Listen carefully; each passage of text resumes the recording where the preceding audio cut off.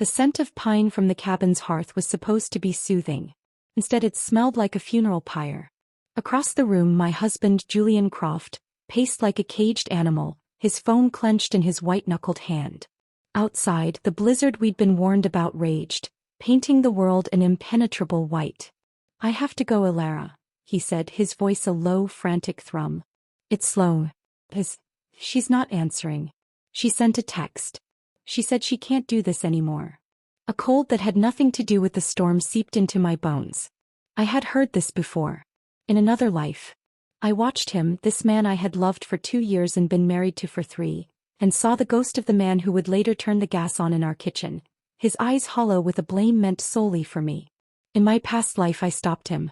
I had pleaded, reasoned, and physically blocked the door. I had convinced him that a few hours wouldn't matter, that Sloane's dramatics were a constant. He had finally, reluctantly, agreed. We waited out the storm. And we returned to the news that Sloane Alden, his precious first love, had taken a bottle of pills, leaving a note that was rumored to mention his name. Julian's grief had curdled into a venomous rage. "If you hadn't stopped me," he'd screamed, his face a grotesque mask of hatred. "If you hadn't been so selfish, I could have saved her." Then came the hiss of gas, the smell choking out the scent of our Last Supper, the spark of a lighter and the all-consuming fire. And then, nothing. And everything. We were back. Back in the mountain cabin, the storm howling outside, his phone buzzing with Sloane's manipulative text. This time I didn't move from the sofa. I took a slow sip of my tea, the warmth a stark contrast to the ice in my veins. "Julian," I said, my voice unnaturally calm. "I'm telling you, this time I must go find Sloane. I must save her no matter what you say. I won't change my mind. I finally got a chance to start over. This time I absolutely won't let myself live with regret for the rest of my life." He stopped pacing and stared at me, a flicker of confusion in his panicked eyes. Then a dawning, grim understanding. The phrasing was too specific, too mirrored. He knew. He had also been reborn. "So," I said, placing my cup down with a soft click. "It turns out I'm not the only one blessed by heaven. What a pity though. Julian, your rebirth isn't destined to last long." He flinched. "Don't you dare curse me, Alara. Having died once already, I cherish my life dearly. But I have to do this." "Then you'd better hurry off and fly away together with Sloane in marital bliss," I said, my tone dripping with a sarcasm I no longer had to hide. "When you get married, be sure to let me know. I'll definitely send you a grand floral arrangement. Yellow and white chrysanthemums interwoven, complete with a stand. It'll surely be the talk of the event." Julian trembled with anger. "Alara, don't you dare curse us. And my relationship with Sloane is completely innocent. I won't tolerate your slander." "Fine," I shrugged. "You're the most innocent. So innocent that you killed me for her and committed suicide for her." He was about to retort, his face mottled with rage, but I pointedly looked at my watch. "If you don't hurry up, you'll miss your chance to save your first love. This time I'm not stopping you. If anything goes wrong again, don't you dare blame me for it." The urgency of his mission overrode his anger. Time was indeed precious. He grabbed his heavy coat, shot me one last searing look of contempt, and rushed out into the blinding white void. I walked to the window, watching his figure, proud, determined, and utterly foolish, disappear into the storm. A familiar pain, old and deep, spread through my chest. We had history. To say there were no feelings would be a lie. I knew about Sloane, of course. The woman who had dumped him in the most humiliating way possible for a wealthier man. Julian had always claimed he felt nothing but hatred for her. I, the fool, had believed him. I forgot that in some men, the deepest hatred is born from love they can't forget. His relentless drive, his ambition to build his company, it was all so he could climb high enough for Sloane Alden to see him. And the second she glanced his way again, he became a different person. In his past life he couldn't accept her death, so he needed a scapegoat. My attempt to save his life became the spark that ignited his murderous rage. "Fine. This time I'll just wait and see. Let's see how you plan to walk out of these mountains." I knew the terrain. The path was not only buried under feet of snow, but a section had been blocked by a landslide. The only way back was a treacherous detour around the mountain's other side. A dangerous path even in perfect weather. As I settled back onto the sofa with my book, a darkly peaceful thought crossed my mind. If the body couldn't be found, maybe I wouldn't have to buy a burial plot. It would save a significant amount of money. For the first time in years, I felt a sense of profound peace. I lounged in the quiet hotel, enjoying the solitude. Unfortunately, fate had other plans. 2 days after Julian left, the phone rang. It was the mountain rescue team. "Mrs. Croft? We found your husband. He's alive, but his condition is not very optimistic." My heart didn't sink, it curdled. The wicked really do live 1,000 years. How convenient that a rescue team just happened to pass by. If they'd been half a day later, he would have been a frozen statue. Then the rescuer continued. "He was exposed to the extreme cold for too long. The extremities of his limbs have necrotized. There's a very high chance he'll need amputation. We need you to come to the hospital as soon as possible to sign the surgical consent forms." Hearing this, my eyes finally lit up. This is what I was waiting for. This was so much more interesting than a simple, clean death. A plan began to form, cold and precise. But I wouldn't be signing any forms. Julian's thinking was amusingly twisted. He harbored hostility toward anyone who tried to save his life. What if he went berserk again and decided to take his legless resentment out on me? I immediately dialed a number I knew by heart. This dirty work was best left to his own mother. "Meredith," I said, pitching my voice into a perfect imitation of panicked static. "It's Alara. Bad connection. They found Julian. Frostbite. Amputation. Hospital. You need to sign." I relayed the story in broken yet complete sentences, then quickly hung up before she could ask a single question. 3 days later, the roads cleared. I went to the hospital immediately, not out of lingering concern, but because it was time to make an appearance and watch the drama unfold. I found his attending physician first. The prognosis was exactly as stated. A high double amputation due to severe frostbite. The conditions for prosthetics were not even met. He would be in a wheelchair for life. The nurse then said, "Your mother-in-law was here earlier, asking if Mr. Croft's condition would affect his ability to have children." I had to stop myself from laughing aloud. That old witch, Meredith Croft, still dared to dream. Her son was a legless wreck and she was fantasizing about grandchildren. I pinched my arm hard, the pain sending genuine tears streaming down my face. Putting on a brave, devastated front, I said to the doctor, "You'd better tell my mother-in-law these things directly. It's not my place. You don't understand. My husband has a first love he's been pining for years. He risked the mountain road just to see her. If I tell my mother-in-law this, she'll think I'm digging for information to leave him. I'm already pitiful enough. I don't want to make myself more humiliated. I've come to realize a one-sided love isn't worth saving anymore." I wiped my tears, my pitiful performance drawing sympathetic glances from the staff and families in the hall. Good. Meredith had likely been bad-mouthing me for days. I needed to control the narrative before she could. The preliminary work was done. It was time to face the lioness in her den. I headed straight for Julian's room. And just as I expected, I found Meredith Croft guarding the door, her face a thundercloud. She blocked my path, taking advantage of the crowded hallway to begin her performance. "Where the hell have you been?" she shrieked. "Why did it take you so long? You left the house with my son, so how come you're fine while he ended up losing a limb? Tell me, did you do this to him?" I adopted the tone of a wronged saint. "Mom, Julian insisted on going to see Sloane Alden. Even if someone harmed him, it was her. How can you blame me? You're his wife. It's your duty to take care of him," she yelled. "The roads were closed in heavy snow and you just let him go? Couldn't you have stopped him?" The hypocrisy was breathtaking. In my past life, when I stopped him, it was my fault he was heartbroken. Now when I didn't, it was my fault he was crippled.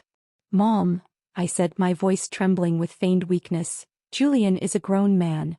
If he's determined to leave, how could I possibly stop him?" "If you couldn't persuade him, why didn't you go with him?" she screamed, spit flying from her lips. "If you two had looked out for each other, my son wouldn't have suffered like this." I lowered my head, the picture of an abused wife. The onlookers couldn't stand it anymore. "You're being completely unreasonable as a mother-in-law," a woman snapped. "Your son is having an affair and you expect your daughter-in-law to wait on him? What, did they forget to notify your village when the country was founded? She's been bad-mouthing this poor girl all week. Shifting the blame." Meredith was shocked. The public opinion was not going her way. Just then the door to the ward opened. A patient's relative leaned out. Mrs. Croft? He's awake. And he's trying to pull out his says he needs to go find some soy sauce duck. Soy sauce duck? The misheard name broke the tension. Someone who'd overheard earlier gossip clarified. It's not a duck. It's Sloane Alden. His lover. Hearing her son was awake, Meredith abandoned her public shaming and rushed inside. I followed. The scene was pathetic. Meredith was weeping, holding a struggling Julian. But Julian was frantically trying to rip the tubes from his arms. Mom, Sloane said she's feeling down. I'm afraid she'll do something foolish. Let me go. If anything happens to her, I'll regret it for the rest of my life. Meredith, in a rare moment of sense, cried, What does it matter if she lives or dies? Have you forgotten how she and her mother looked down on you? She climbed the social ladder and threw mud at you. Said you like to hit people, that you're no good in bed. If we hadn't moved away, you'd never have found a wife. The eager audience behind me gasped. I saw my opening and took it softly. Actually, I murmured, just loud enough to be heard, Sloane wasn't entirely throwing mud. What she said, I let my sentence trail off, leaving a universe of implication hanging in the air. The whispers behind me intensified. Who would have thought the dirty water Sloane splashed could be reused by me? I was done watching this touching mother-son reunion. It was time to shift the scene. I walked up to Julian's bedside. Sloane is in a ward on the 10th floor right now, I said calmly. I'll take you to see her. Julian's head snapped toward me. What's wrong with Sloane? Is she hurt? Blair, did you do this? I'm telling you, if I find out you hurt her, I won't let you off. I wanted to crack his head open. He had been reborn. He knew Sloane had died in a fire in our past life. Yet his first thought was that I had hurt her. Instead of using his foresight to prevent the disaster, his only plan was to hobble to her rescue himself. Didn't he know you could call the police? That's right, I lied smoothly. I called the police. The firefighters arrived in time. She's alive. Of course, I hadn't saved her out of kindness. In the previous life, her fire led to a secondary explosion that killed neighbors. This time, by calling it in early, I'd saved innocent lives. Sloane and Julian didn't deserve to cause trouble for others. I would create the perfect contained environment for them myself. Hearing Sloane was just upstairs, Julian became even more determined to get up. Meredith, horrified, held down the blanket, trying to hide the truth of his condition. Julian struggled, confused by his body's refusal to obey. He stubbornly yanked the blanket back. And he saw the empty space where his legs should have been. He froze. The color drained from his face. At the critical moment, I stepped in with my sweet, poisonous explanation. You were exposed to the cold for too long. To save your life, amputation was the only option. Although I wasn't there, I'm certain our mother must have found this decision extremely difficult. Please don't blame her. As expected, Julian went berserk. How could I lose my legs? What am I supposed to do now? Why has everything changed? Why did you let them do this? I'd rather be dead than be a cripple. He began throwing things, and when there was nothing left, he started beating his own head with his fists. I leaned in close, my voice a hypnotic whisper. Although your fate has changed, Sloane's life has been saved. What was your wish after being reborn? Wasn't it to save Sloane? It must be because you insisted on leaving, triggering a butterfly effect. You traded your legs for Sloane's life. Isn't that worth it? He stared at me, his rage subsiding into confused awe. He truly believed it. He believed his sacrifice had changed destiny. He calmed down, buying into the grand, tragic romance of it all. Looking at his foolish, convinced face, I asked myself for the 1000th time what I had ever seen in him. But it didn't matter anymore. Sloane wanted to rekindle the past? Fine. I'll gather up this pile of rotten grass and deliver it right to your doorstep. I borrowed a wheelchair. It was time to introduce the star-crossed lovers. The ride in the service elevator was silent except for the hum of machinery and Julian's ragged breathing. He was pale, his hands gripping the arms of the wheelchair like he was clinging to a cliff edge. I, on the other hand, felt a serene, icy calm. I was the curator of this particular exhibit, delivering one broken specimen to another. As the doors slid open on the 10th floor, the sterile hospital smell was the same, but the energy was different. This was the recovery wing, less about immediate crisis and more about lingering consequences. Much like the two people I was about to reunite. Sloane Alden's private room was at the end of the hall. According to the chatty nurse I'd subtly questioned, her injuries were minor. Some smoke inhalation, a few minor burns, and a great deal of shock. The arsonist had gotten off lightly. She had only intended a dramatic gesture, a cry for attention, not a genuine suicide. The fire getting out of control had been an unforeseen and terrifying consequence. I pushed Julian's wheelchair through the doorway. Sloane was propped up in bed, looking pale and interesting, a magazine untouched on her lap. When she saw Julian, her eyes widened. A flash of genuine relief crossed her face before it was quickly masked by a practiced, delicate vulnerability. It was a masterclass in performance. "Julian," she whispered, her voice a hoarse, fragile thing. "Is it really you?" And then it began. The movie scene reunion. They reached for each other's hands, their eyes welling up on cue. If they'd had a soundtrack, it would have been a sweeping orchestral piece. It would have been touching if the male lead's original wife wasn't standing right behind him, holding the handles of his wheelchair. "Sloane," Julian choked out, his voice thick with emotion. "I was so shocked when I read that you felt there was nothing worth holding on to. That man didn't cherish you. He's blind. Leave him. You'll find someone better. Am I not worth holding on to? How could you do something so foolish?" I nearly gagged. The hypocrisy was so thick you could cut it with a knife. This from the man who, mere days ago, had chosen to die with me over living without her. Sloane's lower lip trembled. "After how I treated you back then, do you really not mind? Are you willing to give me another chance?" Julian leaned forward as much as he could, his expression one of deep, tragic affection. "Although I'm married," he said, casting a brief, almost apologetic glance my way that made my skin crawl, "I think of you every moment. I've imagined countless times how wonderful it would be if my wife were you. I never expected heaven would finally hear my plea and give me this opportunity. Sloane, I will definitely cherish it."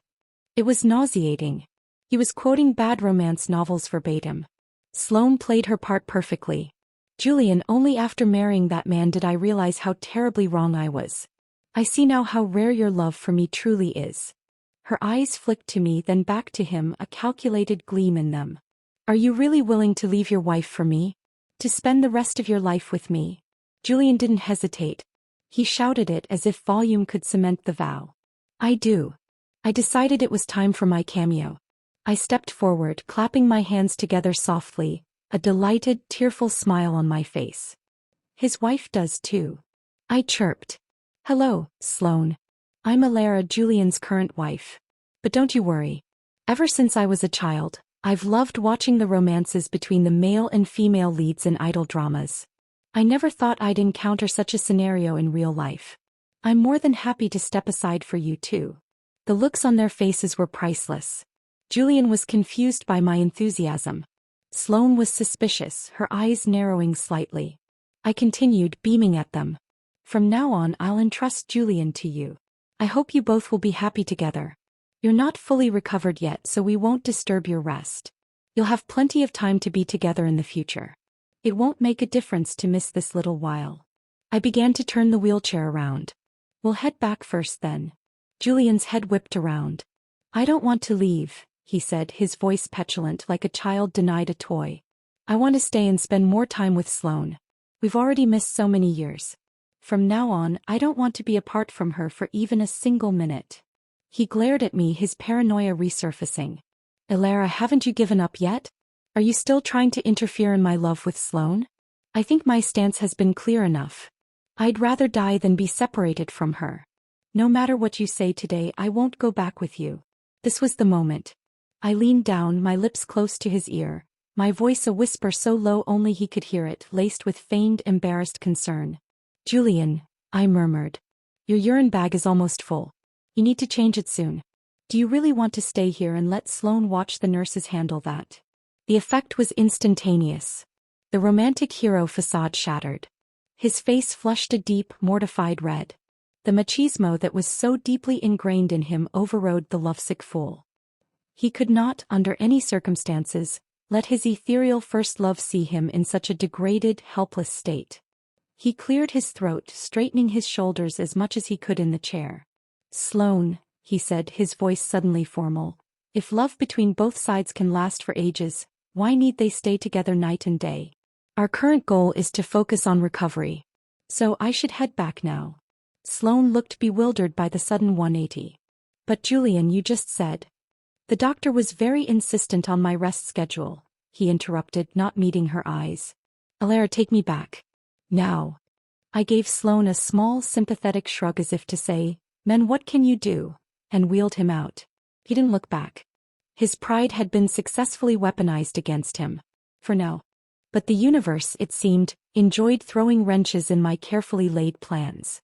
During my earlier argument with Meredith in the hallway, I'd failed to control the spread of the gossip. Julian's story had spread like wildfire through the hospital's grapevine. Now everyone knew about the man who'd braved a blizzard to see his mistress, only to lose both his legs for his trouble. They also knew the mistress was in the same hospital, with a name that sounded like soy sauce duck. Curiosity, that deadly sin, finally got the better of Sloane. Taking advantage of a moment when Julian was asleep and Meredith was off harassing the dietary staff about his protein intake, Sloane slipped out of her room and went investigating. I was coming down the hall with a cup of coffee when I saw her. She hesitated outside Julian's door, then with a determined look, slipped inside. My steps slowed. I had a very bad feeling. I didn't follow her in. I stood outside the slightly ajar door, a silent spectator to the unfolding tragedy. It was quiet for a moment. Then I heard a sharp, horrified gasp. She'd done it. She'd lifted the blanket. I muttered to myself, "This is bad." I hadn't dared to bet that Sloane had any true love for Julian. If it had been true love, she wouldn't have abandoned him for a wealthier man. But while her character was poor, her skills as a manipulator were proficient. She knew how to play a scene. I heard her voice, a masterpiece of tearful, guilt-stricken shock. "Julian, I heard you went to such lengths to find me that you even risked amputation. I didn't believe it at first, but I never thought you could be so foolish. No, I refuse to believe it. I'm the one who caused you to end up like this. I won't have the face to see you again. Every time I see you I feel guilty. Let's not meet again from now on." There was the sound of rushed footsteps. She burst out of the room, her eyes expertly red and brimming with tears, and fled down the hallway without even seeing me. Inside the room a commotion started. A crash. A grunt of pain. I pushed the door open. Julian was on the floor. He had tried to chase after her, his mind so addled by her performance that he'd forgotten his body's new reality.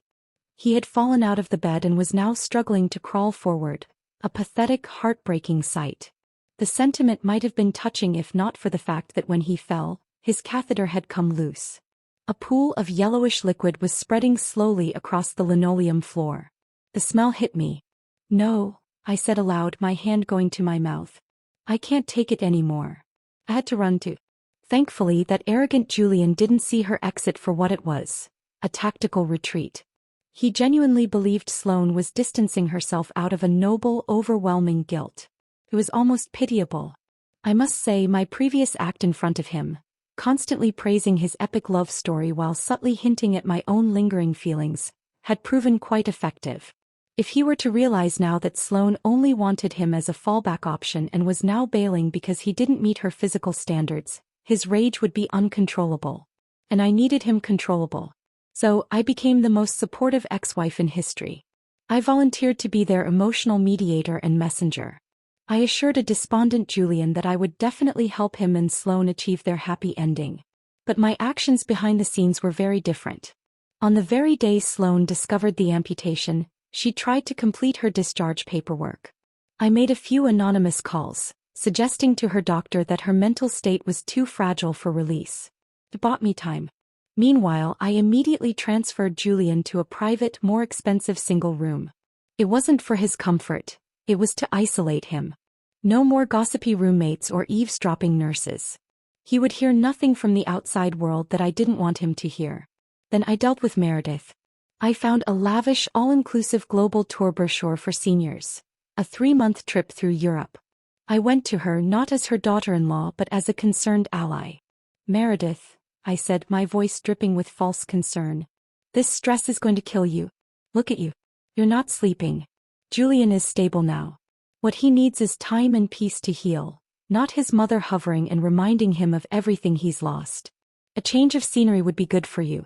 You'll come back refreshed and better able to support him. And besides, I added, lowering my voice conspiratorially, while you're gone I can work on finalizing the divorce without him getting upset. It's better if you're not here for that drama. The combination of flattery, a luxury trip, and the chance to avoid unpleasantness was too much for her to resist. Within a week, Meredith Croft was on a plane to Paris, blissfully unaware. The obstacles were gone. The stage was set. Now everything was left to my discretion. I began my work on Julian. I kept emphasizing 2 points that I claimed were from Sloane. She finds 2 main things unacceptable, I told him, stammering slightly as if it pained me to admit it. First, she knows we aren't divorced yet. He has morals, Julian. She doesn't want to be seen as the other woman. Second, she feels so terribly guilty toward you. She feels she doesn't deserve you after what happened. She can't bring herself to accept this relationship for the moment. My feigned hesitation made Julian mistakenly think that my lingering feelings for him had been noticed by Sloane and were the real obstacle. His inherent male ego, even in a broken body, latched onto this. What should we do now? He asked, his voice anxious. I smiled and sighed. Hook, line, and sinker. Now that we know the problem, we just need to overcome it one by one. She doesn't want to be the other woman. So let's hurry up and get the divorce procedures done. I saw the flicker of hesitation in his eyes. The finality of it. The loss of his caretaker. I pressed on. Given your physical condition, it's not convenient to go through the normal divorce procedures. Let's opt for a contested divorce. As long as both parties agree, the ruling will be very quick. I leaned in, lowering my voice. I have connections at the court. It can be done within a week. It was a complete lie. I had no connections. But I had been busy. I'd already prepared the lawsuit materials and filed the case the day after Meredith left. The hearing was, in fact, scheduled for next week. Seeing how utterly cooperative and self-sacrificing I was, Julian's inherent flaws resurfaced. A grotesque sense of magnanimity washed over him. Elara, he said, a patronizing tone in his voice. After all, we've been husband and wife for so many years. In the past I was too impulsive. I wronged you. He had the audacity to look penitent. But I truly can't bear to see you all alone. Even though we're divorced, if you don't want to leave me, there are still other ways. My stomach turned. I knew where this was going. Sure enough, he continued. Even without a marriage certificate, we can still live together. Sloane is so gentle and kind. The 2 of you would get along just fine. He said it with a straight face, as if offering me a great gift. Of course, if you don't want to see each other, you can live separately. Then I can stay wherever I please. And neither of you is allowed to get jealous of the other.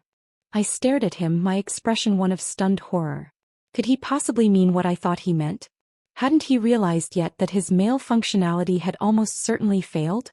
The doctor had said that even though the equipment was still there, the nerve damage from the frostbite and the traumatic shock meant it was almost certainly non-operational. I took another look at his utterly confident, presumptuous expression. Yes, that was exactly what he meant to convey. This was truly more disgusting than the scene with the urine bag. I quickly interrupted, my voice sharp and final. No, thank you. I'm willing to support your love. I'm willing to disappear from your lives forever. I won't fight you for the company. All the shares are yours. I saw his eyes light up with greed. The company was his golden goose, his symbol of success. But, I continued, the house, the cars, and the cash deposits should go to me. Do you have any problem with that? He barely thought about it. The company was all that mattered to him. Seeing my determination to be rid of him and my generosity with the assets, Julian Croft finally agreed to the distribution plan. A week later, standing outside the courthouse with the divorce decree in my hand, the paper felt lighter than air. The first and most crucial part of my mission was accomplished. I felt the chains of my past life fall away. But I wasn't finished. Just an amputation and a divorce would be too lenient. He still believed in the fairy tale. He still thought there was a genuine, tragic love between him and Sloane. I needed to shatter that conviction completely. The first stumbling block, Sloane's refusal to see him, had been removed. Now I told him we had to focus on the second point, reducing her sense of guilt. How can we reduce it? He asked, like a child seeking instructions. By having enough people celebrate your love, I said, my eyes shining with fabricated inspiration. I've already figured it out. I've contacted a popular video blogger to create a video about you too. Even I, as the original spouse, support this love. It will surely move people. When Sloane sees so many people blessing you both, she will definitely overcome that mental barrier and accept you. Julian looked uncertain yet hopeful. Will Sloane really be touched? Of course she will, I gushed. Your love story is so touching. You braved hardships, crossed mountains and rivers, and even lost a limb for just one sentence from her. I paused as if another brilliant idea had just struck me. By the way, I heard that Sloane was rescued because the fire department received an emergency call. Their timely response prevented a larger fire, but they said it's inconvenient to disclose the informant's information. I leaned in, my voice dropping to a whisper. Since that's the case, just say it was you who reported it. After all, no one can provide evidence to refute you. I had transformed into a master persuader, a puppet master crafting a tailor-made fantasy for my puppet. Julian Croft, blinded by the beautiful future I had painted for him, swallowed it whole. And so, the stage was set for the grandest, most humiliating performance of his life. The video blogger, a young man with overly gelled hair and an influencer's desperate thirst for viral content, was named Chase. His channel, Chase the Vibe, specialized in over-the-top public proposals and reconciliations. He was perfect, immoral, expensive, and utterly committed to the spectacle. I met him at a coffee shop near the hospital, laying out the story with a curated blend of tragedy and romance. I was the selfless, heartbroken wife, bowing out to true love. Julian was the tragic hero, a modern-day Orpheus who'd literally gone through hell and lost his legs for his Eurydice. Sloane was the beautiful, guilt-ridden muse. Chase ate it up, his eyes gleaming with the potential for clicks. The grand gesture, he said, snapping his fingers. We need a grand gesture. Something that says, your guilt is unfounded, our love is destiny. We'll do it at her work. Maximum exposure. I nodded, feigning admiration for his genius. Perfect. And we'll need an audience. People to really sell the moment. Leave that to me, Chase said, already typing on his phone. I've a list of reliable extras. 50 should do it. They know how to act enthusiastic. The cost was exorbitant, but it was the best money I'd ever spent. The plan was set for Friday, just after Sloane's workday ended at her PR firm. I spent the days leading up to it prepping Julian, feeding him his lines, stoking his fragile ego. Remember, I told him as I helped him into a stiff new shirt, this is about overwhelming her with support. You're not just asking her to be with you, you're showing her that the world wants you to be together. It's bigger than her guilt. He nodded, his jaw set with a determination that would have been admirable in any other context. I'd also taken the liberty of accessorizing him. I forced a thick, garish gold chain around his neck and a chunky, flashy gold watch onto his wrist. They were cheap knockoffs, but they looked real enough from a distance.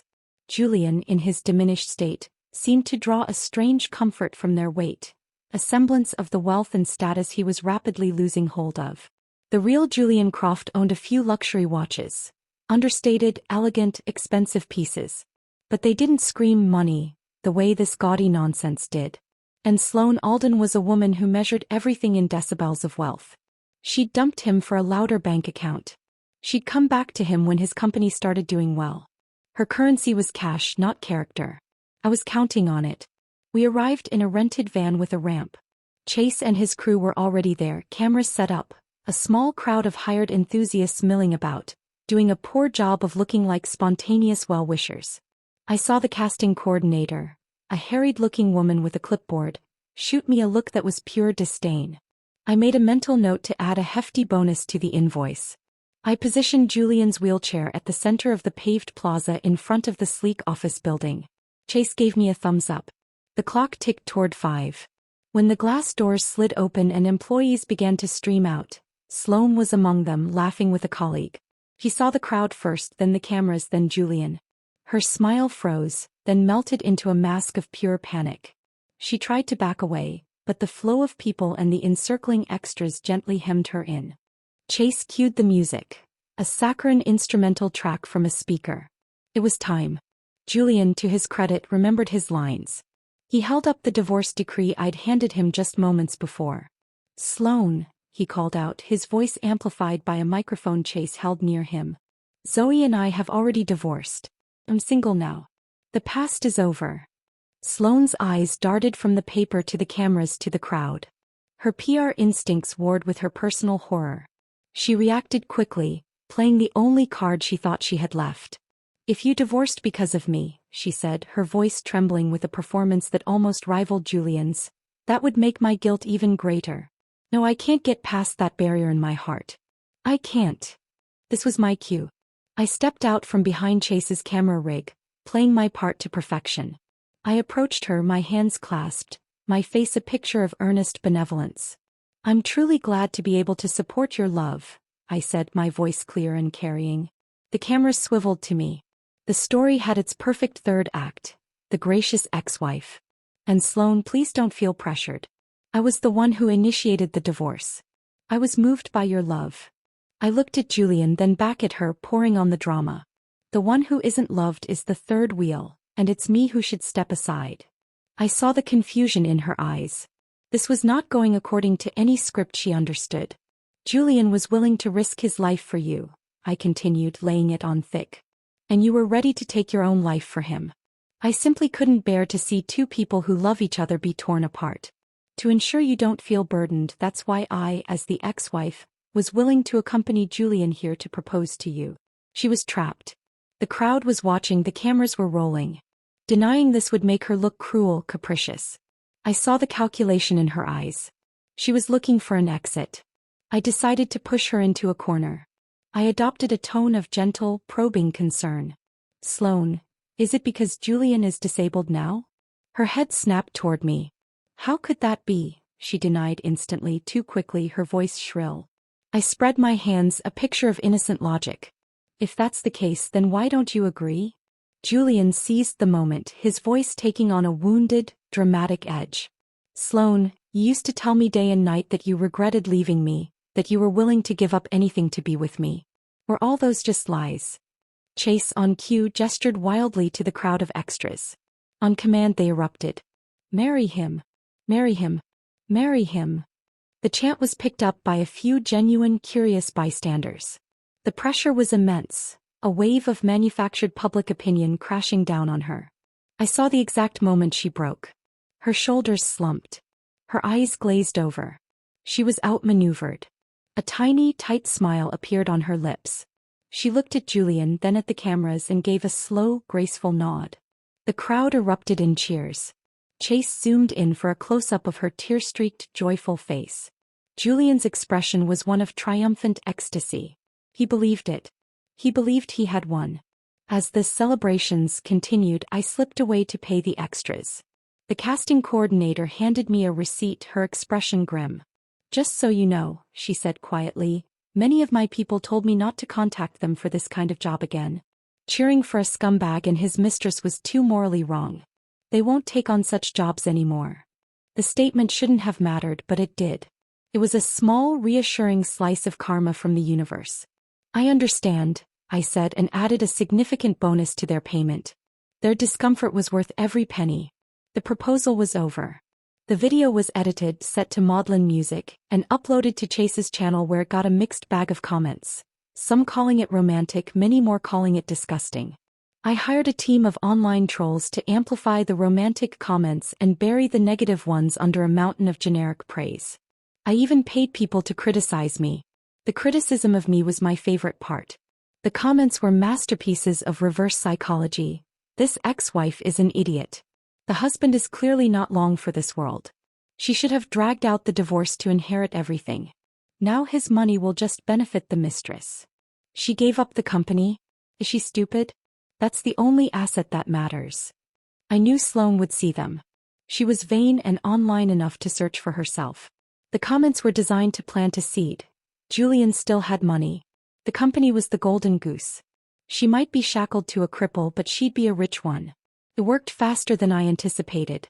The prospect of wealth overrode her revulsion. Within a week, she and Julian had obtained a marriage certificate at the courthouse. It was a quiet, dismal affair. I wasn't there, but I imagined the clerk's look of pity, confusion.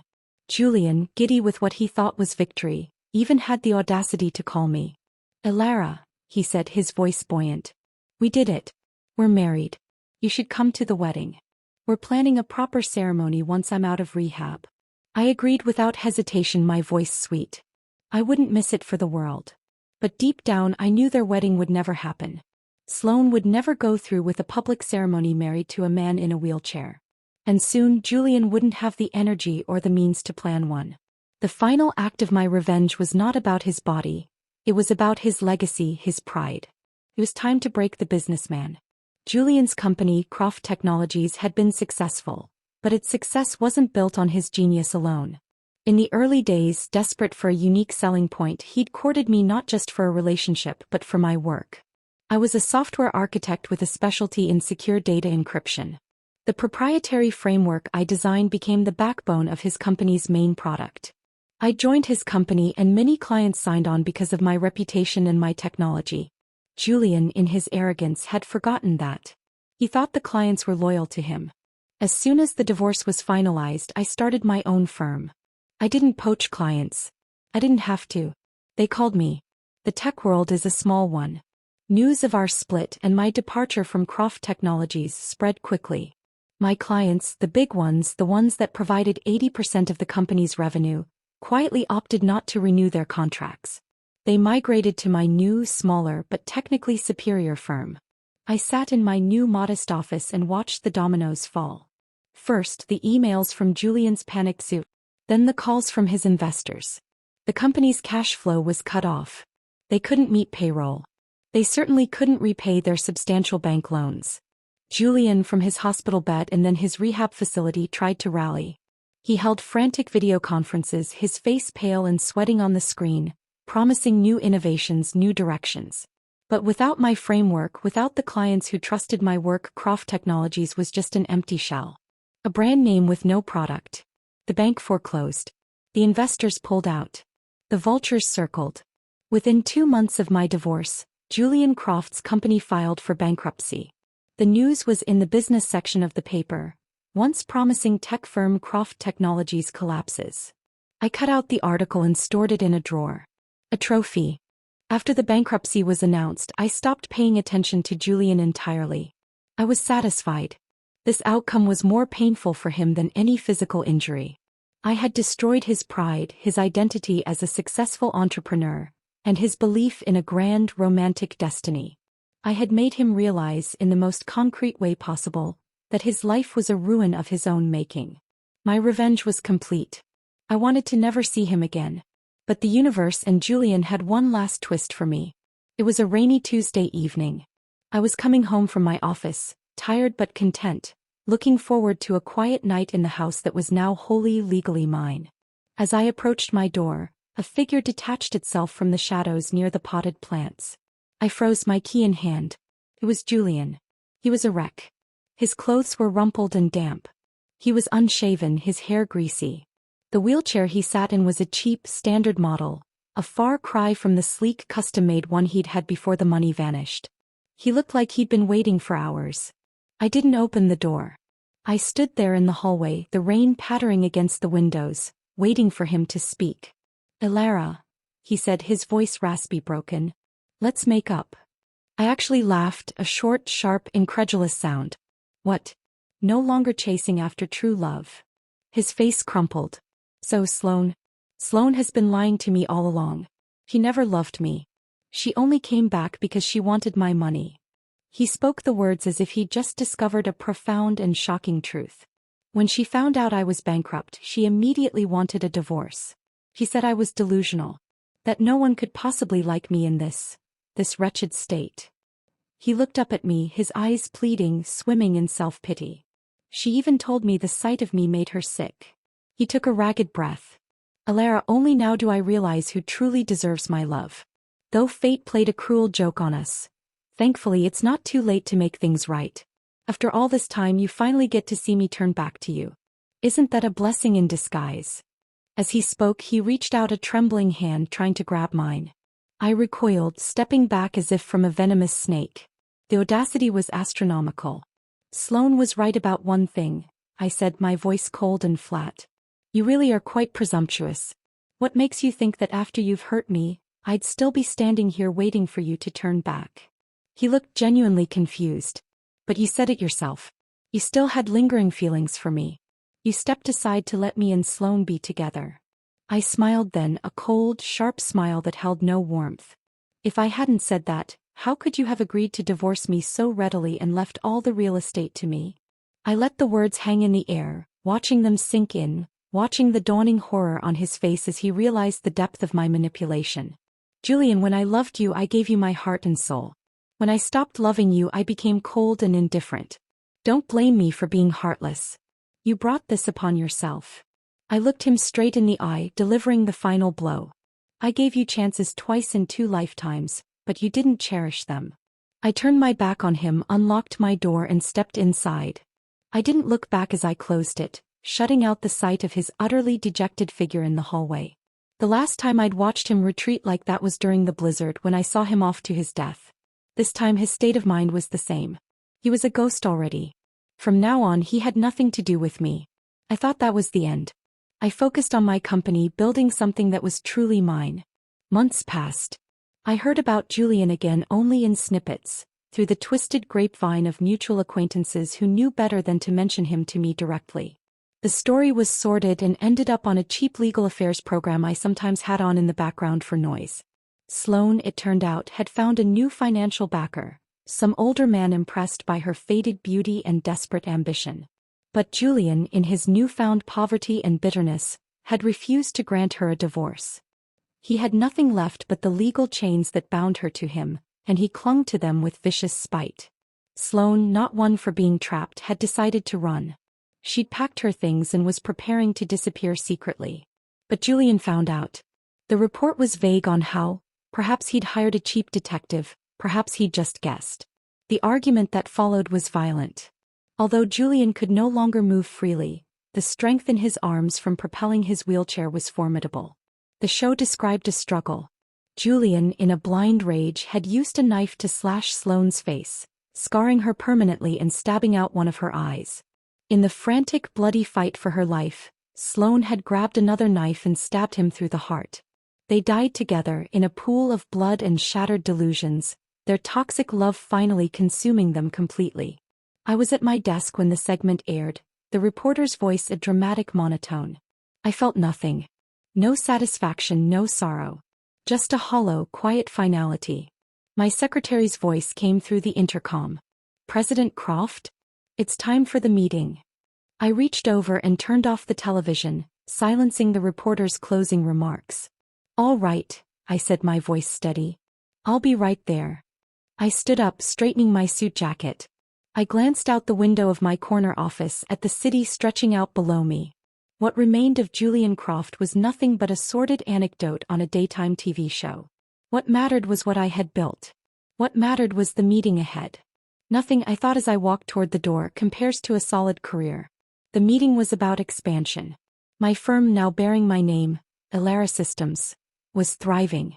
We'd not only retained all of Croft Technologies' former major clients but had attracted new ones, drawn by the reputation for innovation and stability that I, not Julian, had always represented. The conference room was filled with the eager, focused energy of my team, a sharp contrast to the sordid tale that had just faded from my television screen. I led the discussion on acquiring a smaller startup, their tech a perfect complement to our own. My decisions were sharp, my vision clear. There was no room for the ghost of Julian Croft in this room, in this company, in my life. He was a closed chapter, a cautionary tale I had already learned from. After the meeting, my head of HR, a sharp and compassionate woman named Sarah, lingered. Everything all right, Elara? You seemed distant for a moment there. I offered a professional smile. Just running numbers in my head, Sarah. All good. The lie came easily.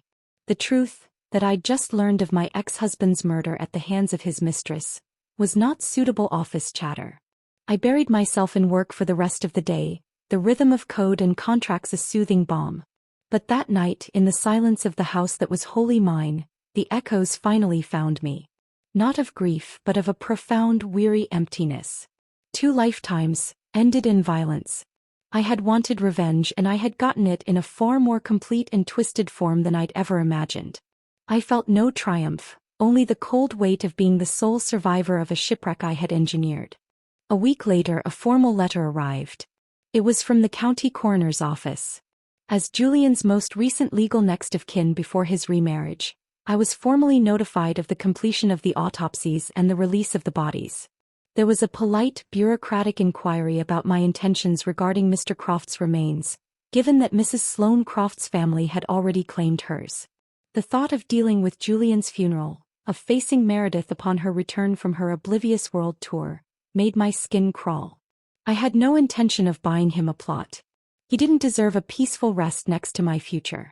But I also couldn't let him become a pauper's grave, a story for some true crime podcast to unearth. A dark, ironic thought surfaced. I picked up the phone and dialed the number for the coroner's office. "Yes," I said to the polite, detached official on the other end. "Regarding the remains of Julian Croft. I would like to donate his body to science." There was a pause. "Are you certain, ma'am? There will be no service, no remains to inter later." "I'm certain," I said, my voice firm.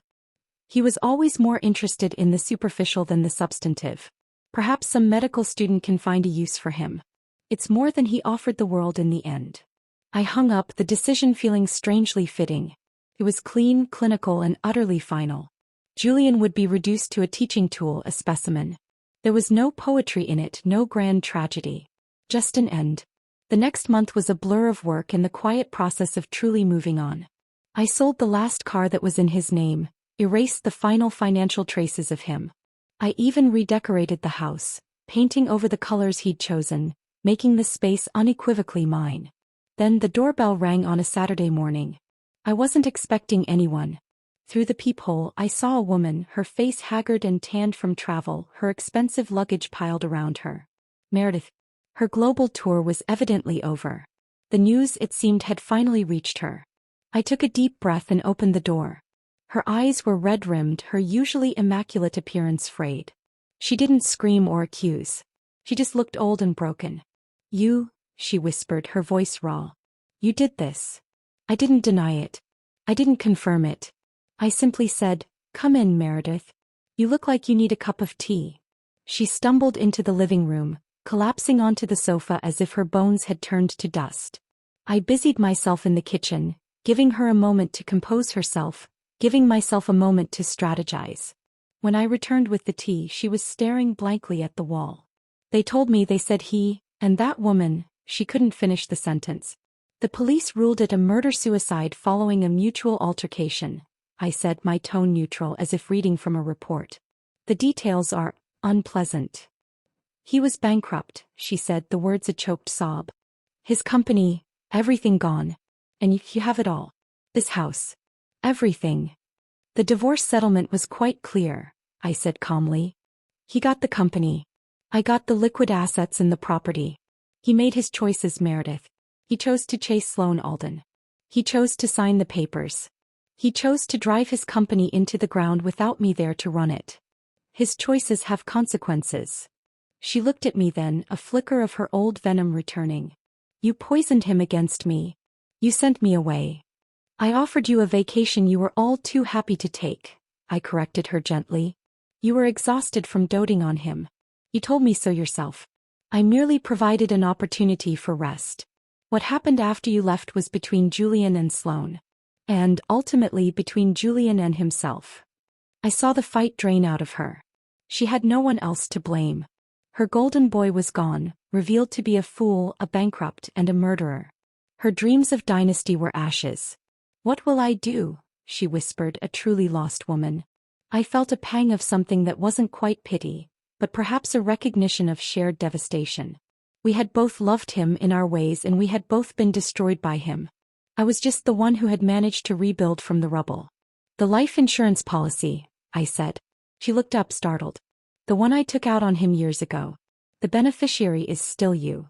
It was a small policy, one we'd gotten when we first married. I'd never bothered to change it. It wasn't enough to make her rich, but it was enough to live on modestly." Her eyes widened in shock. It was the last thing she expected from me. "I don't want your money," she said, though her voice lacked conviction. "It's not my money. It's yours," I said. "Consider it a final gift from the son who forgot to provide for you." Use it to find a small place. Move on, Meredith. He's not worth your tears. I stood up, indicating the conversation was over. She looked dazed, but the hysterical edge was gone, replaced by a numb acceptance. She left quietly, a ghost of the formidable woman who had once blocked a hospital hallway to curse me. Watching her cab pull away, I felt the last thread tying me to that life snap. It was truly over. The years that followed were peaceful. Elara Systems grew into a respected industry leader, known for its ethical practices and innovative culture. A direct rebuke of everything Julian's company had been. I found a quiet satisfaction in my work in building something lasting and good. I dated occasionally careful, intelligent men who were interested in the woman I was now, not the ghost of the wife I had been. But my heart, I found, was slow to trust. The scars of fire and betrayal ran deep. 5 years after Julian's death, I was at a charity gala for tech education. It was the kind of event I now frequented, a pillar of a community I had fought to join. I was sipping champagne, discussing funding quotas with a potential donor, when a man approached our group. "Elara Croft?" he said, his voice familiar in a way I couldn't immediately place. I turned. He was in his late 50s with kind eyes and a graying beard, dressed in a slightly ill-fitting tuxedo. Took me a moment. "Dr. Evans. Julian's attending physician from the hospital." "Dr. Evans," I said, surprised. "What a pleasure to see you." I introduced him to the group, who soon drifted away, leaving us alone. "I see you're doing well," he said, his gaze taking in the room, the evident respect I commanded. "I always wondered." "Thank you. I am." "And you?" "Retired just last month," he said with a smile. "My wife insisted we finally take that world cruise. I saw your name on the donor list and thought I'd say hello." We made polite conversation for a few minutes. Then his expression grew more thoughtful. "You know, I never forgot your case. Your husband. It was one of the most complex situations I'd ever seen." I stiffened slightly but kept my smile placid. "It was a difficult time." "It was," he agreed. He hesitated, choosing his words carefully. "I don't know if it's appropriate to say this, but I always admired you. The way you handled yourself. The way you protected yourself in that hallway with his mother. So many people in those situations, they crumble. You built." He gestured around us. "You built this." His words were unexpected. He had seen through my performances, my calculated tears, and had understood the core of survival beneath them. "Thank you, doctor," I said, and for the first time the thanks were genuine, untinged by manipulation. "That means a great deal coming from you." "I also," he paused again, lowering his voice. "I heard about what happened to him. To both of them. I'm sorry." I nodded, accepting the sentiment for what it was. "Some stories don't have happy endings." "No," he agreed. "But yours isn't over yet." He gave me a warm, paternal smile. "Don't let the past be the only thing that defines you, Elara. You survived. Now make sure you get to live." He patted my arm gently and moved away to join his wife across the room. I stood there, his words settling over me. He was right. I had been so focused on surviving, on rebuilding from the wreckage of my past life, that I had forgotten to truly live in this one. I had built a fortress around myself, mistaking safety for happiness. Later that night, as I left the gala, a man was helping the valet retrieve cars. He was my age, with an easy smile and laugh lines around his eyes. He'd been chatting with the staff, not fawning over the attendees. Our eyes met as my car pulled up. He held my gaze for a second longer than necessary and offered a small, genuine smile, not of recognition, but of simple, uncomplicated appreciation. I found myself smiling back. It was a small thing, but it was a start. Driving home, I realized the anchor of anger and revenge that had held me in place for so long had finally dissolved. I was no longer the betrayed wife, the avenging angel, the lonely survivor. I was just Elara. The past was a country I had left, and its ghosts no longer had the power to haunt me. I had watched my husband dig his own grave. I had even handed him the shovel. But I had climbed out of mine. The future, for the first time in 2 lifetimes, was not a reaction to the past, but a blank page waiting for me to write my own story upon it. And for the first time I was genuinely looking forward to seeing what it might say. Dr. Evans's words echoed in the quiet of my car. "Don't let the past be the only thing that defines you, Elara. You survived. Now make sure you get to live."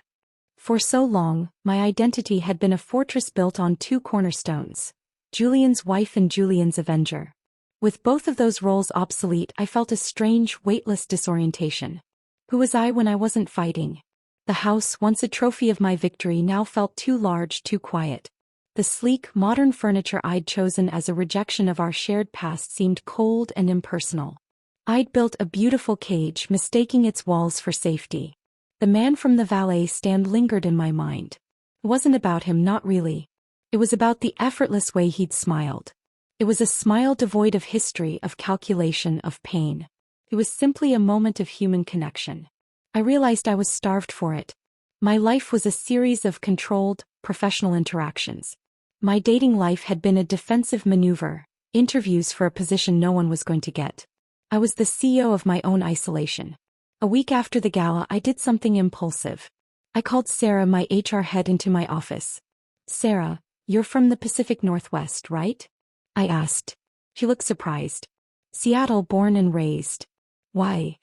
"I need a change of scenery. Somewhere with trees. And rain. Somewhere that doesn't smell like exhaust and old regrets." I took a breath. "I'm thinking of opening a satellite office. A small R&D hub. Somewhere like Portland." Sarah's eyes lit up. "Seriously? That's a fantastic idea. The talent pool there is incredible. More laid back. Less poaching." He studied me. "This isn't just a business decision, is it?" I shook my head. "No. It's a me decision. I need to remember who I am without this city whispering Julian's name on every corner." The project became my new obsession, but a healthy one. It wasn't about destruction or revenge. It was about creation. I spent weeks immersed in architectural plans, community profiles, and market analyses for Portland. I focused on finding a space with character, an old warehouse we could renovate with reclaimed wood and big windows, something with a soul, unlike the sterile glass tower I currently inhabited. I decided I would split my time. A week there, 3 weeks here. A slow migration. The day I first flew to Portland to look at properties, the air was different. It smelled of damp earth and coffee. The pace was slower. People smiled without an agenda. I felt my shoulders, perpetually tensed for a fight, begin to drop. The real estate agent, a cheerful woman named Brenda, showed me several spaces. The last one was a converted brick factory in the Pearl District. It was perfect. High ceilings, exposed beams, a history etched into its walls. As we walked through the vast, empty space, I could already hear the quiet hum of creative work, see teams collaborating in sunlit nooks. "This is the one," I said, my voice firm with a certainty I hadn't felt in years. "Wonderful." Brenda beamed. "There's a great little community around here. Farmers markets, bookstores, a fantastic independent cinema." She leaned in conspiratorially. "And some of the best food carts you'll ever taste. You'll love it."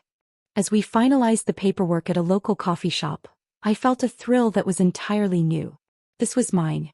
Not something I'd won in a divorce settlement or taken from a bankrupt company, but something I was building from the ground up for no other reason than it felt right. Back in my original city, I threw myself into the logistics of the expansion, delegating more authority to my trusted team. I was preparing them and myself for my gradual absence. They were capable, brilliant people. I didn't need to micromanage anymore.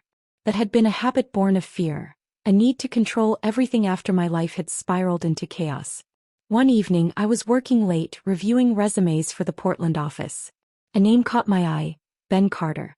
His credentials were impeccable. A decade at a leading tech firm in San Francisco, specializing in the very kind of user experience design I wanted to prioritize. His cover letter was intelligent, thoughtful, and mentioned a desire for a better work-life balance, a move away from the cutthroat Silicon Valley culture. I emailed him to set up a video interview. When his face appeared on my screen the next day, I was momentarily taken aback. It was the man from the valet stand. The one with the easy smile. He was older than I'd guessed, early 40s, with intelligent, crinkly eyes and a calm demeanor. He didn't recognize me. Why would he? That night, I'd been one face in a crowd of black-tie attendees. The interview was one of the best I'd ever conducted. He was sharp, articulate, and passionate about human-centered design. He asked insightful questions about company culture and ethical practices. We spoke for an hour and it felt like 20 minutes. Your resume is impressive, Mr. Carter, I said, wrapping up. But what really makes you want to leave California for a startup hub in Portland?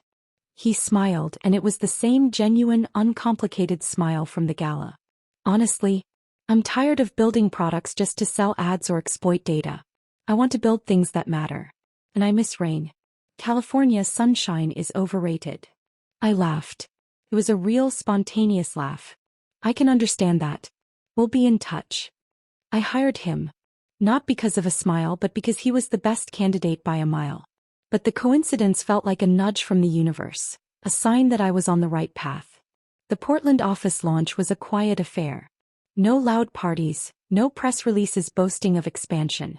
It was just my new small team, Ben, 2 brilliant young coders and a project manager, ordering pizza and talking about our first project. I found a small, furnished apartment not far from the office. It had a view of a park and a tiny balcony where I could sit with my morning coffee. The first morning I woke up there, the sound was not of traffic, but of birds and a distant street musician. The pace of my heart felt different. Slower. More steady. One Saturday I took Brenda's advice and wandered down to the farmer's market. I was examining a basket of heirloom tomatoes when a voice beside me said, "Those are the best ones. The ugly ones always have the most flavor." I looked up. It was Ben. He was holding a reusable bag full of greens and a loaf of bread. He blinked in recognition. "Alara? Hey. I didn't know you were in town this weekend." "Just getting settled," I said, feeling oddly flustered. "Exploring the local flora." I gestured lamely at the tomatoes. He laughed. "Well, you're off to a good start. Have you tried the cheese stall over there? It's life-changing." We fell into step together, wandering through the market. It was easy, comfortable. We talked about food, about Portland's weirdness, about nothing of consequence. There was no subtext, no game. He didn't treat me like his CEO. He treated me like a person he'd run into at a market. As we sipped coffee from a local roaster, he said, "You know, I have to admit, I was a little nervous about working for you." "Oh?" asked, curious. "Why?" "I looked you up after the interview. Lara Croft. The woman who walked away from Croft Technologies and built Alara systems from the ground up. The industry whispers are intense. They say you're a shark. A brilliant, ruthless ice queen." I winced inwardly. The armor I'd built had become my reputation. He must have seen my expression. "But that's not who I see," he said quickly. "I see someone who's thoughtful. Who listens. Who cares about her team. The stories, they don't match the person I met." The honesty was disarming. "The stories are from another life," I said quietly. "I'm trying to write a new one." He nodded as if he understood completely. "Well," he said, raising his coffee cup. "To new stories." We parted ways at the end of the street. I walked back to my apartment, the weight of the Ice Queen label feeling a little lighter. He had seen a crack in the ice, and instead of exploiting it, he'd simply acknowledged it. Over the next few months, my time in Portland became the highlight of my month. The work was stimulating, the team was cohesive, and the city felt like a balm. Ben and I developed an easy, professional friendship. We'd sometimes grab lunch or coffee, and our conversations ranged from project logistics to favorite hiking trails. I was careful. He was my employee. But for the first time, I allowed myself to enjoy the company of a man without my history looming over every interaction. I was just Alara, the boss from out of town, not Alara, the tragic widow and vengeful ex-wife. One evening we were the last two left in the office, troubleshooting a stubborn bug. We finally cracked it just after 8. "Yes." Ben cheered, pumping his fist. I was starting to think we'd have to sacrifice a chicken to the server gods. I laughed, stretching the kinks out of my back. "I'm just glad we didn't have to. I'm a terrible butcher." "Hungry?" he asked. "There's a great pho place around the corner that's open late. My treat. We deserve it." It felt like a natural extension of the work, not a date. "Sure," I said. "That sounds perfect." The pho was steaming and delicious. We talked about everything and nothing. Our favorite books, terrible movies, his dream of sailing the Puget Sound. He spoke about his family, his sister's kids, his reasons for leaving the Bay Area. It was normal human stuff. The kind of conversation I'd forgotten how to have. As we walked back toward our respective apartments, the night air was cool and crisp. We stopped outside my building. "Thanks for dinner," I said. "And for the help with the bug." Anytime, he said. He hesitated for a moment, then looked at me, his expression serious but kind. You know, Alara, for what it's worth, I really like the person you're becoming. The Portland version of you seems lighter. The words settled over me, warm and affirming. He saw the change. He saw me. Thank you, Ben, I said, and I meant it with every fiber of my being. So do I. I watched him walk away, his hands in his pockets, whistling a tune into the quiet night. I didn't feel the need to analyze it, to strategize, or to protect myself. I just felt happy. Up in my apartment, I looked out at the city lights. The blank page Dr. Evans had spoken of was no longer blank. It was filling with small, beautiful details. The smell of rain on brick, the taste of good pho, the sound of a shared laugh, the quiet respect of a colleague. I had spent so long digging myself out of the grave of my past life that I hadn't noticed I'd finally reached the surface. I was standing in the sunlight, breathing fresh air, and for the first time in 2 lifetimes, the future didn't look like a battle to be won. It looked like a city waiting to be explored, a story waiting to be lived, one simple, genuine moment at a time. The vengeance was complete. The survival was assured. Now finally the living had begun. The rhythm of my new life became a stabilizing melody. 2 weeks in Portland, 2 weeks back at headquarters. The back and forth was no longer a burden but a bridge between 2 versions of myself. The driven CEO and the woman learning to breathe again. In Portland, the Ice Queen persona melted away in the constant drizzle. My team there saw a leader who rolled up her sleeves, who laughed at bad jokes, who sometimes brought her dog, a scruffy rescue terrier I'd impulsively named Chip, to the office. Ben was the heart of that team, his calm competence and easy humor setting a tone that made work feel like a collaborative passion, not a corporate ladder to climb. We never spoke of the night at the faux place, but a new layer of comfortable familiarity settled between us. It was in the way he'd save me a seat at team meetings, or how he knew I preferred my coffee black with 1 sugar. Small, insignificant things that, in their totality, felt significant. Back at headquarters, the atmosphere was different, more formal, but even there, the change in me was perceptible. I was less brittle, more patient. I started mentoring young female engineers, something I'd never had the emotional bandwidth for before. I was building not just a company but a legacy I could be proud of.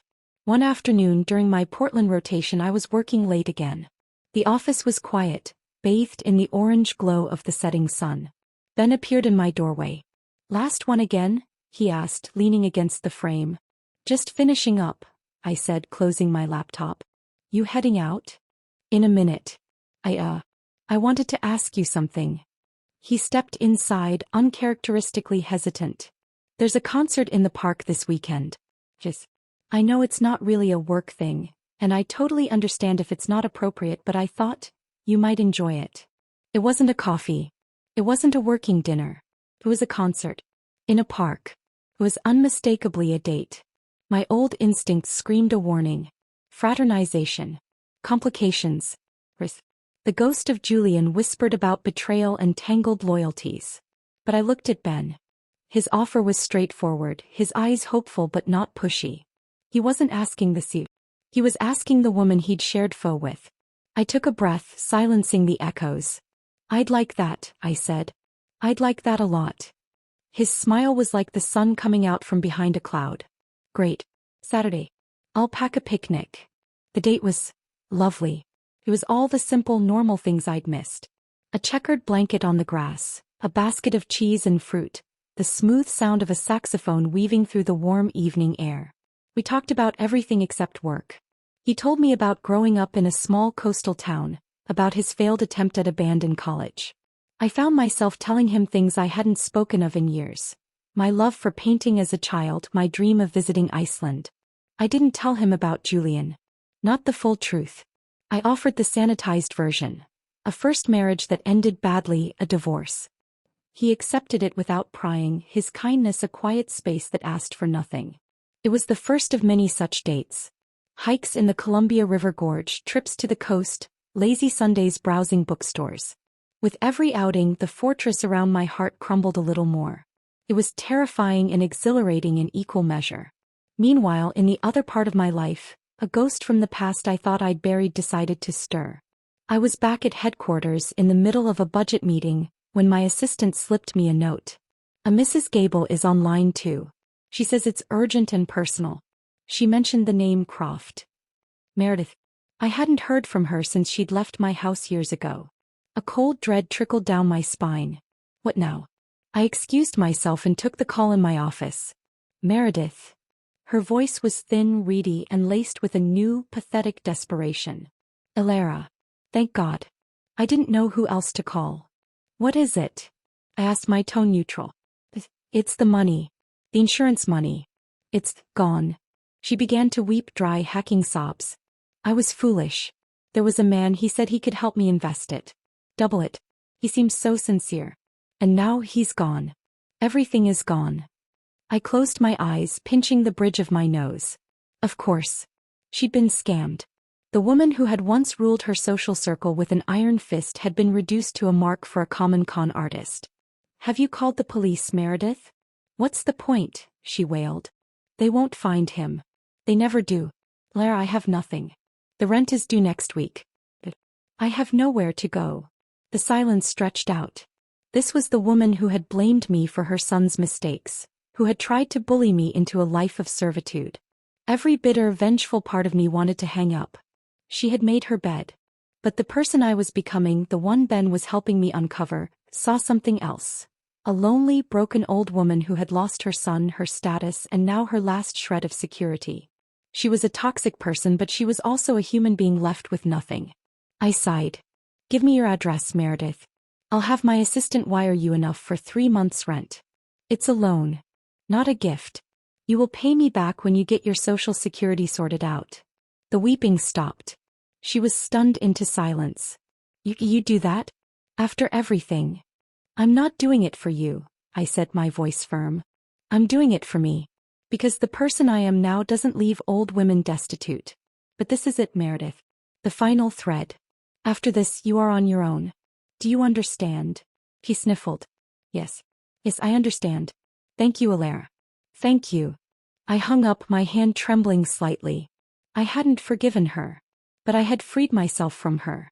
The action wasn't born of love or even pity, but of a profound desire to sever the last tie to that cycle of bitterness. It was the ultimate rejection of the past, not by fighting it but by rising above it. I went back to my meeting, the decision sitting in my stomach like a stone. It was the right thing to do, but it left me feeling emotionally raw. That weekend back in Portland, I was quiet during my hike with Ben. He sensed my mood, giving me space without prying. We stopped at a lookout point, the Willamette River sprawling out below us.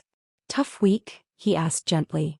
I looked out at the vast, peaceful landscape, the city I was learning to call home. The words came out before I could stop them. Not the whole story, but a piece of it. I had to deal with my ex-mother-in-law, I said. She's a piece of work. She lost all her money. I just bailed her out. Ben was silent for a moment. That was a generous thing to do. It wasn't generous, I said, the truth tumbling out. It was selfish. I did it so I would never have to think about her again. So I could finally be done. He considered this. Sometimes the kindest thing we can do for ourselves is to be kind to someone else, even if they don't deserve it. It closes the loop. His understanding was a balm. He didn't judge me for my mixed motives. He saw the intention behind the action. My first husband, I began, the words feeling foreign on my tongue. It wasn't just a bad marriage. It was catastrophic. He chose someone else. In a very final way. And it ended badly. For everyone. I didn't give him the gory details. I didn't tell him about the fire, the rebirth, the calculated revenge. But I gave him the shadow of it, the outline of the trauma that had shaped me. Ben listened, his gaze steady on the horizon. When I finished, he didn't offer empty platitudes. He simply reached over and took my hand. His grip was warm and solid. Thank you for telling me, he said quietly. It explains a lot about the strength I see in you. And the caution. Tears I didn't know I'd been holding back pricked my eyes. He saw it. He saw the strength and the damage, and he didn't flinch from either. I'm not that woman anymore, I whispered. I know, he said, squeezing my hand. But she's the reason you're this one. And this one, he turned to face me, his expression open and earnest, is someone I'm incredibly glad to know. In that moment, on that cliffside with the city spread out below and a good man holding my hand, the last of the ice around my heart finally melted. The anchor of my past, which had once held me in a harbor of hatred, had finally been pulled up. I was no longer moored to the wreckage. I was free to set sail toward a new horizon, and for the first time I wasn't afraid of the open water. The journey wasn't over. There would still be challenges, moments of fear, echoes of the past. But I was no longer just surviving. I was learning finally how to live. And I wasn't doing it alone. The drive back from the hike was quiet, but the silence between Ben and me was no longer strained. It was comfortable, filled with the unspoken understanding that something significant had shifted. He'd seen a glimpse of the abyss I'd climbed out of, and instead of retreating, he'd extended his hand. He pulled up outside my apartment building but left the engine running.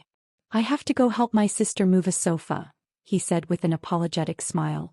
"But dinner tomorrow? My place? I make a mean lasagna." "Lasagna sounds perfect," I said, and I meant it. As I got out of the car, he leaned over. "Alara, I'm really glad you told me." I nodded, a lump in my throat. "Me too." Upstairs, the apartment felt different. Lighter. Chip wagged his entire body in greeting, and I scooped him up, burying my face in his scruffy fur. The act of telling Ben even a fraction of the truth had been a release. A weight I'd been carrying for 2 lifetimes felt fractionally lighter. The next evening I stood outside Ben's door, a bottle of wine in hand and a nervous flutter in my stomach. This felt different from our other dates. This was a step into something more intimate, more defined. He opened the door and the smell of garlic, tomatoes, and baking cheese wafted out. He was wearing an apron over a casual shirt, and his smile was warm and welcoming. "Right on time," he said, ushering me in. His apartment was a reflection of him, warm, uncluttered, and lived in. Books were stacked on shelves, a guitar leaned in a corner, and photographs of family and sailing trips adorned the walls. It was a home, not just a place to sleep. I handed him the wine. "A small contribution to the mean lasagna." "Excellent. It'll pair perfectly." He busied himself in the small open-plan kitchen while I sat on a stool at the counter, watching him move with an easy confidence. Dinner was effortless. The lasagna was indeed fantastic. We talked and laughed, the conversation flowing as easily as the wine. The shadow of my confession the day before was there, but it didn't dominate the room. It was simply a part of my history, not the entirety of it. As we cleared the plates, he put on some soft music. "So," he said, leaning against the counter. "The Portland office. Was it always the plan to expand, or was it more of a personal migration?" It was a perceptive question.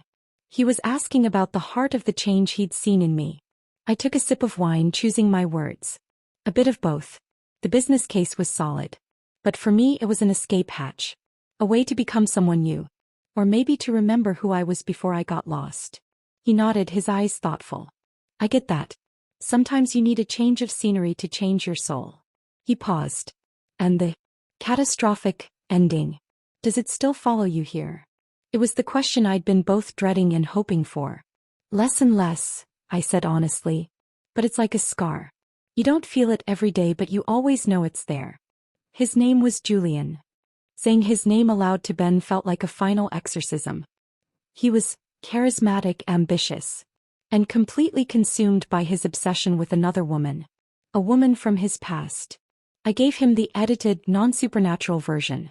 The blizzard, his desperate need to leave to comfort her, my futile attempts to stop him in that first lost life. I told him about the suicide, the blame, the horrific end. I left out the rebirth, the second chance, the calculated revenge. I told him the story of a woman who had loved a man who destroyed her and himself. "He blamed me for her death," I said, my voice barely a whisper. "And in his grief he decided that if he couldn't have his happy ending, then no one could. Especially not me." Ben listened, his expression a mixture of horror and profound empathy. He didn't interrupt, didn't offer empty condolences. He just let me talk, creating a space where the truth could finally breathe. When I finished, the room was silent except for the soft music. I felt drained but clean, as if I'd lanced a poisoned wound. "My God, Alara," he finally said, his voice thick with emotion. "I'm so sorry. No one should ever have to go through that." He reached across the counter and took my hand. The strength it must have taken just to get out of bed every day. "Some days I didn't," I admitted. "For a long time the only thing that got me up was anger. And then when that faded there was just nothing." "And now?" he asked, his thumb gently stroking my knuckles. I looked around his warm, inviting apartment, then back at his kind, steady face. "Now, there's something." He came around the counter and pulled me into his arms. It wasn't a passionate embrace but one of pure, solid comfort. I rested my head against his chest, listening to the steady beat of his heart, and for the first time I felt truly safe. We stayed like that for a long time. The past was out in the open between us, not as a weapon or a secret, but as a part of my story that he now held with care. Later, as we sat on his sofa, Chip curled at our feet, he asked, "What about his family? The mother you helped?" "Meredith," I said. "She was a piece of work. Enabled him, blamed me for everything. Helping her was my way of finally closing that door for good. She's his ghost, not mine anymore." He smiled, a sad, understanding smile. "You're a better person than I am." "No," I said. "I'm just a person who's finally learned that holding on to poison only hurts the one holding it." The night ended with a soft, lingering kiss at my door. It was a kiss that held promise, respect, and a deep understanding of the journey I'd taken to get there. The following months were a time of integration. The two halves of my life, the driven CEO and the woman rediscovering life, began to merge into a whole, balanced person. I was more present at headquarters but also more human.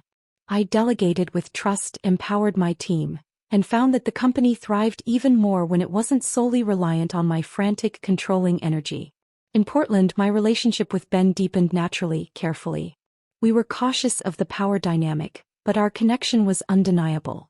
We were two adults who had been through our own fires and had found a quiet, steady peace in each other's company. One weekend we took Chip and drove out to the coast. We walked on the beach, the wind whipping our hair, the vast Pacific stretching out to the horizon.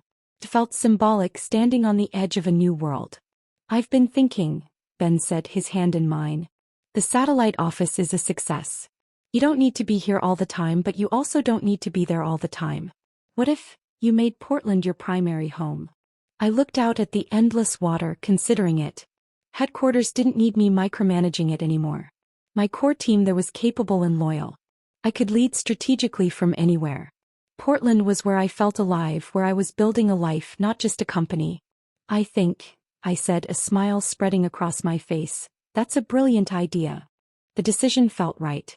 It was a choice for my future, not a reaction to my past. The move was gradual. I found a beautiful, light-filled house in Portland with a garden for Chip and an office with a view of Mount Hood. I spent less time in my old city, and when I was there, it was for focused, productive bursts. The city itself seemed to have forgotten Julian Croft. He was a faded headline, a tragic footnote. One evening, about a year after my first date with Ben, we were cooking dinner in my new kitchen. The setting sun streamed through the windows, painting everything in gold. He paused, wiping his hands on a towel. "There's something I've been wanting to ask you," he said, his tone suddenly serious. My heart gave a little jump. Was this it? He walked over to a drawer and pulled out a small, familiar box. My breath caught. But instead of getting down on one knee, he opened the box. Inside wasn't a ring. It was a key. "I know we value our space," he said, his voice gentle. "And I'm not asking for a merger. But I'd like to upgrade our partnership to a more permanent arrangement. This is a key to my place. I'd like one to yours. No pressure. No deadlines. Just a step forward. Together." Tears of relief and joy welled in my eyes. It was perfect. It wasn't a proposal that demanded a huge, terrifying commitment. It was an invitation. An invitation to build a life together, one day at a time, on a foundation of mutual respect and hard-won peace. I took the key, its metal cool in my hand. It felt light, but its significance was immense. "Yes," I said, my voice cracking with emotion. "I'd like that very much." He pulled me into a hug, laughing. "Good.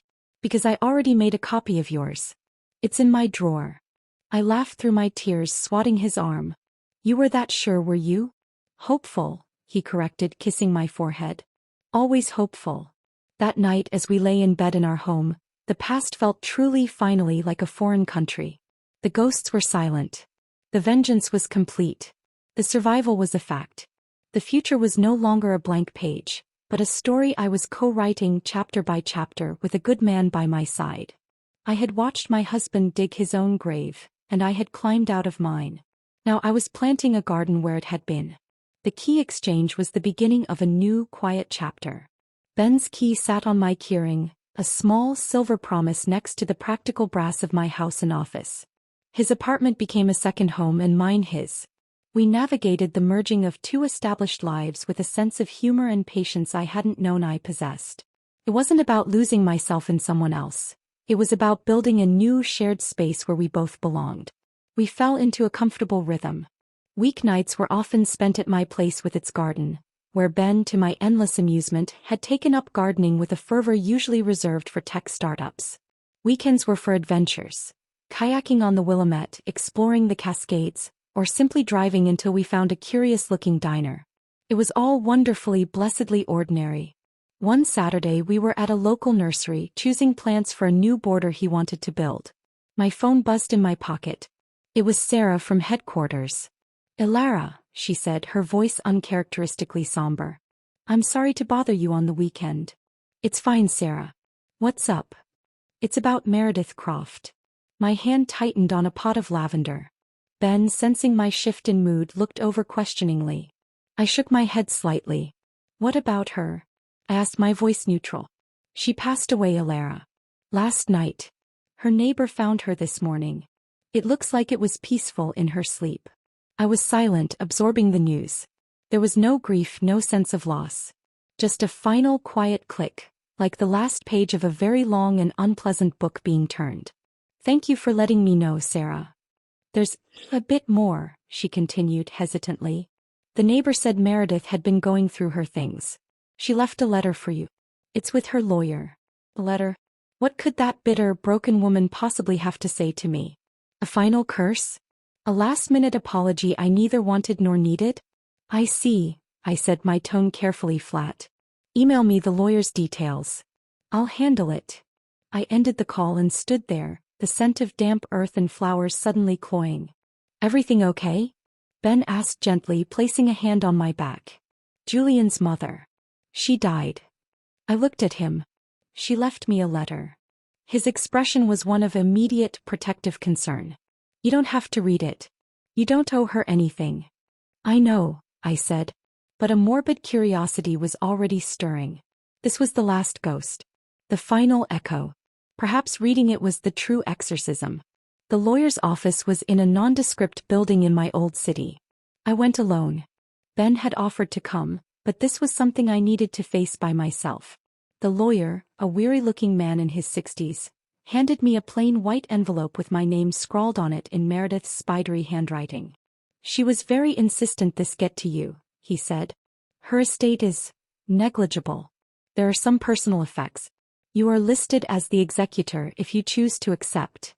"I'll see," I said, tucking the envelope into my bag. I had no intention of sifting through the detritus of her life. I didn't open the letter until I was on the flight back to Portland, the hum of the engines a sterile backdrop. My hands were steady as I tore the envelope open. "Lara, if you're reading this, I'm gone. Don't bother pretending to mourn. We both know you won't, and I don't blame you. I've had a lot of time alone to think. Too much time. The man who took my money did me a favor in a way. Poverty is a great clarifier. It strips away all the illusions you build around yourself. I was a terrible mother. I spoiled Julian rotten, fed his ego, taught him that the world owed him everything. I saw his obsession with that Alden girl as a sign of his passionate heart, not the weakness it was. I encouraged it. When he married you, I was jealous. You were everything he wasn't: strong, capable, real. I hated you for it. When he died, the way he died, I couldn't face it. I couldn't face that the son I created was a monster. So I blamed you. It was easier. You were right to send me away on that trip. You were right about everything. The money you sent me, that was the first truly kind thing anyone had done for me in years, and it had to come from the woman I'd treated the worst. The irony isn't lost on me. I'm not asking for forgiveness. I don't deserve it. I'm just telling you the truth so you can finally be free of us. Of all of us. You were the best thing that ever happened to my son, and we destroyed you for it. I'm sorry for my part in that. Don't let our memory haunt you anymore. Live a great life. It's the best revenge there is. Meredith." I read it twice. Then I folded it neatly and put it back in the envelope. I looked out the window at the blanket of clouds below. I felt Nothing. No anger, no satisfaction, no pity. Just a vast, empty space where a decades-old burden had been. It wasn't forgiveness. It was simply over. Ben was waiting for me at the airport. He searched my face as I walked toward him. How was it? I handed him the letter. Read it. He did, his brow furrowed. When he finished, he looked at me, his eyes wide. Wow. Yeah, I said. Wow. How do you feel? I thought about it. Light, I said finally. I feel light. He took my hand and squeezed it. Good. We drove home in a comfortable silence. The past was finally, completely laid to rest. Meredith's bitter, posthumous honesty was the final shovelful of dirt on the grave. There was nothing left to dig up. That weekend we tackled the garden with a renewed energy. Ben dug the holes and I placed the plants. Lavender, rosemary, salvia. Things that were hardy, fragrant, and resilient. As I patted soil around the roots of a young rose bush, its thorns a promise of future beauty, I thought about Meredith's words. Live a great life. It's the best revenge there is. He was wrong. It wasn't revenge. Revenge implies you're still keeping score. This was something else entirely. This was victory.